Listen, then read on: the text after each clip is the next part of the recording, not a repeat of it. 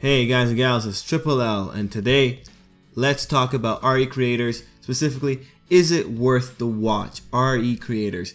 Let's talk about it. It's one of the new shows this season of spring 2017. It's a show that's got a lot of hype for the simple reason that it's a baseline quality show and it's packing a cool premise.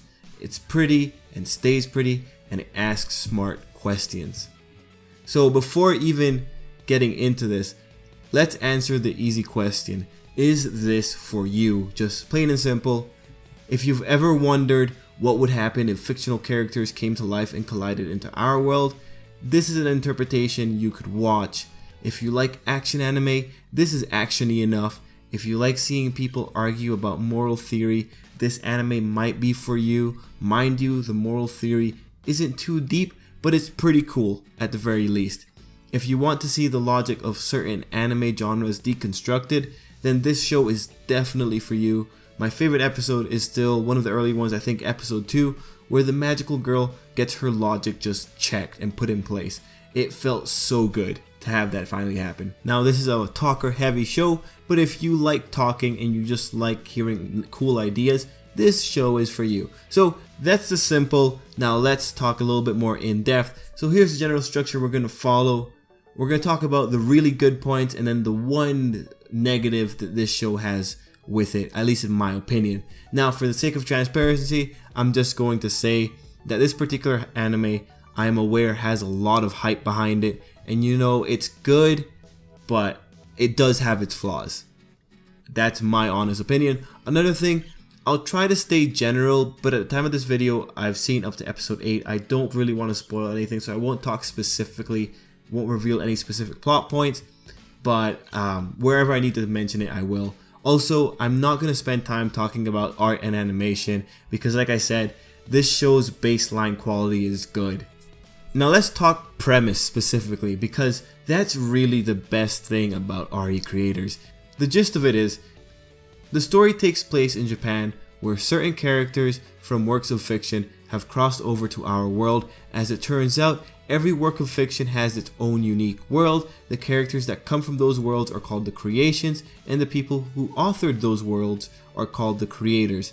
In the story, a handful of creations make the cross into our world, and they range from light novels or anime, video games in terms of their origin.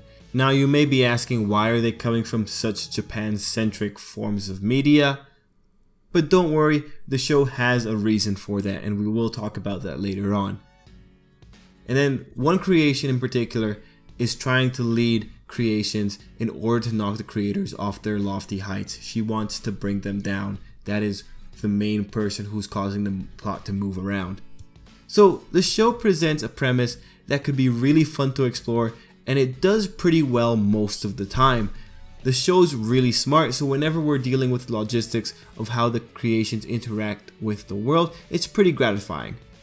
The show asks the right questions as it establishes the rules of its universe, like what happens when a creation meets its creators, to what degree can creators make real-time changes, what are the conditions to make the change, what happens when you put a magical girl and make her powers interact under real-world logic, what changes for a creation when they go from a world of limited sensory information to a world that is abundant with sensory information, what happens when you make a super idealistic character have an ethical clash with a character from a slightly more cynical reality but have it so that both characters are still good people, what happens when a creation's creator dies.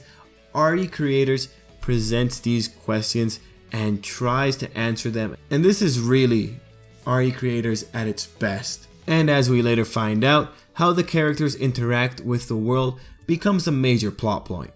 The only unfortunate thing with the premise is its scope. It's very controlled and limited, because if you were to read an initial summary of the show, it makes it sound like there is some giant war about to happen, but in practice, there's really only about 8 characters or so that make the leap over into our world, and as I said before, they're from Japan-centric medias. Now, while this might be disappointing initially, it doesn't feel cheap because the show addresses why it's so limited in its setup, and it establishes important rules as to why it happened that way.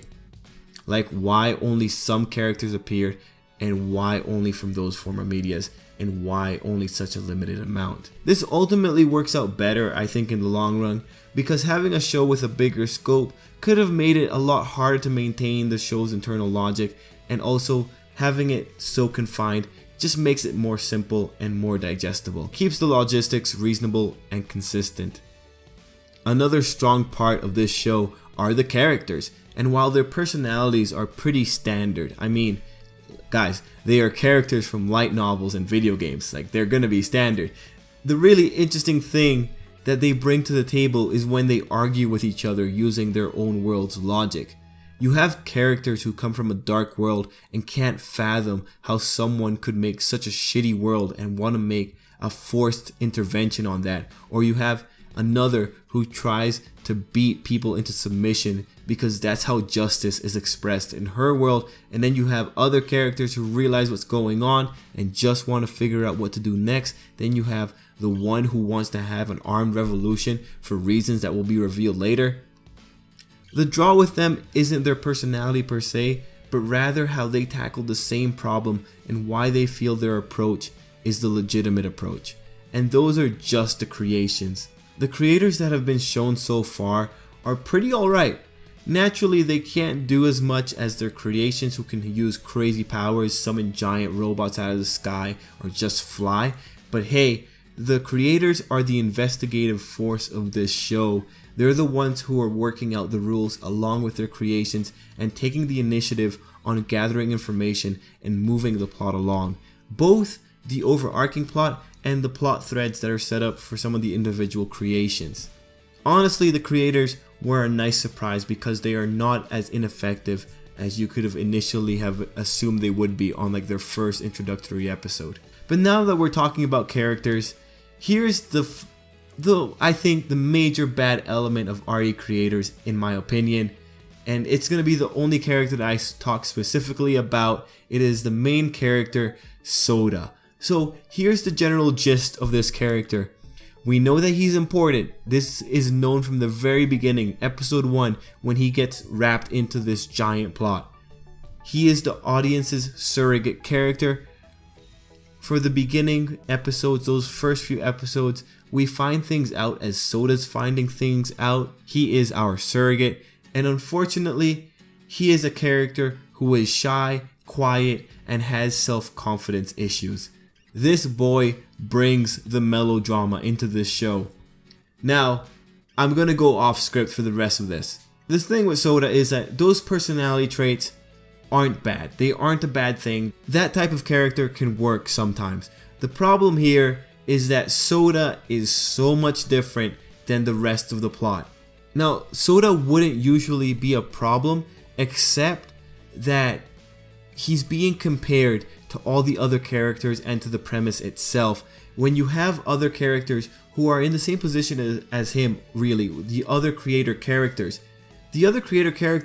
are competent to a degree that makes Soda look even more incompetent than he is. And so what ends up happening as the show moves forward into its episodes is that Soda really does just remain our audience surrogate. He's our viewpoint into this world, but once the other creators get involved and once they're actually doing things, it really shifts the focus a lot more to the creators actively looking for information, trying to find out what creations are coming through into the world, trying to find out what other creators might be in danger, trying to work out what to do with the other creations. You know, the creators present themselves to be competent enough. They present themselves to be competent enough. But then you have Soda, and whenever we have his scenes, well, it's nice. He's the one that the creations initially talk to at the beginning. He's the first person they meet. The scenes between him and the creations, a lot of them just end up becoming scenes where the creations are trying to boost Soda's self-confidence up, where they're telling him like, hey, you're an artist, that's pretty cool. You're a creator, that's pretty cool. Do that more. You should go back to that. Be more confident in yourself. At the end of the day, the creations are just there boosting his self-confidence. And as the show starts ramping up, what ultimately ends up happening is that Soda's interaction and involvement with the creations only serves to slow down the plot. And it gets a little bit worse when you consider that Soda's going to be very important to the plot. it does have a lot of clues. He does know a lot of the information about what's going on, as it turns out. But this is rendered moot because, as the plot continues, the creators are also competent enough to do basic research and try and piece things together without Soda's help. So Soda's character just ends up putting him in a position later on where he knows enough, but he's not sharing his information with anyone and is instead wallowing in his own negative feelings. Now again, I don't want to pick on this type of character. It's just when you have a plot and other characters who are very competent, and then you have to deal with the one character who's important to the plot but isn't competent, it just serves to create this disharmony within the show. Every other character in the show has purpose. They know what they need to do to some degree. Soda doesn't. Now, is this a bad thing? Well, the thing is, we can see that this story is ultimately going to be a kind of coming of age story for Soda. It's going to be him coming to terms with his life and moving forward. That's going to be his overall story arc. It's just unfortunate that we have to watch this. And so at this point, it leads me to believe when you have this character who has been incompetent past the first few episodes and has just kind of been overshadowed by every other character in the show, how could they redeem him? Because we know we're going to be stuck with him throughout the whole show's run. Well, you know, like worst case scenario, they're going to give him some very weird power up. He's going to have like the maximum power of creators. He's going to be able to create things out of thin air when things get rough. You know, worst case scenario, that would be what this studio would do to kind of redeem this character. And really, I wouldn't be surprised if that happened. But whether or not it actually will, it'll depend, because RE Creators has proven that it's a smart enough show. But because they have an element like Soda inside of it, it makes the whole thing a little bit sketchy. Anyway, chances are, if you have a point of frustration with this anime, it's gonna be originating from Soda, the main character. But again, it's not that big of a problem because the anime moves away from him. The later episodes, up to episode 8, it's actually really funny how Soda's not involved with the people who are figuring things out. So because of that, you know, it creates this harmony within the show. But when the show is actually making effort to deal with its main plot, it's going to satisfy you. It's just going to be unfortunate when you have to go back to Soda for a little while and you just have to deal with a character who's stammering the majority of the times. So in summary, the show, if you like a show that they have talking, they have a good enough amount of action, they're talking about moral problems, existential problems, talking about ethical dilemmas, exploring a pretty cool premise, this is the show for you. If you're going to dislike anything about it, chances are it's going to be either how limited the premise is or how ineffective the main character is initially. I say initially because, you know, things could change, things could get better. But anyway, that's the first couple of episodes of RE Creators. On baseline, I think this show is worth the watch. Watch first 3 episodes, see if this show's quality is something for you. But really, it's a good one. I have to just reiterate. So far, my favorite character and favorite episode has been, I think, episode 2. And my favorite character has been the magical girl character. Because, man, I just like her. She's the one that had her logic destroyed, and she's the one that's making a lot of effort to try and come to an understanding between all sides. I really like this iteration of a magical girl character, and man, episode 8 with her is just amazing at the end. Wow. Anyway, guys, thanks for watching. Let me know what you thought down below. Let me know if there's anything I can do to improve these style of videos. Yeah, let's leave it there. Thanks for watching. Until next time, I hope you have a great day. Spoiler alert, the next couple of videos of these types are going to be for, I forget that one's name. Not Irregular of Magic High School. It's going to be, oh, there we go, Akashic Records and also Kato. Those are going to be the next 2 videos for this series to pop up. I hope you stay tuned.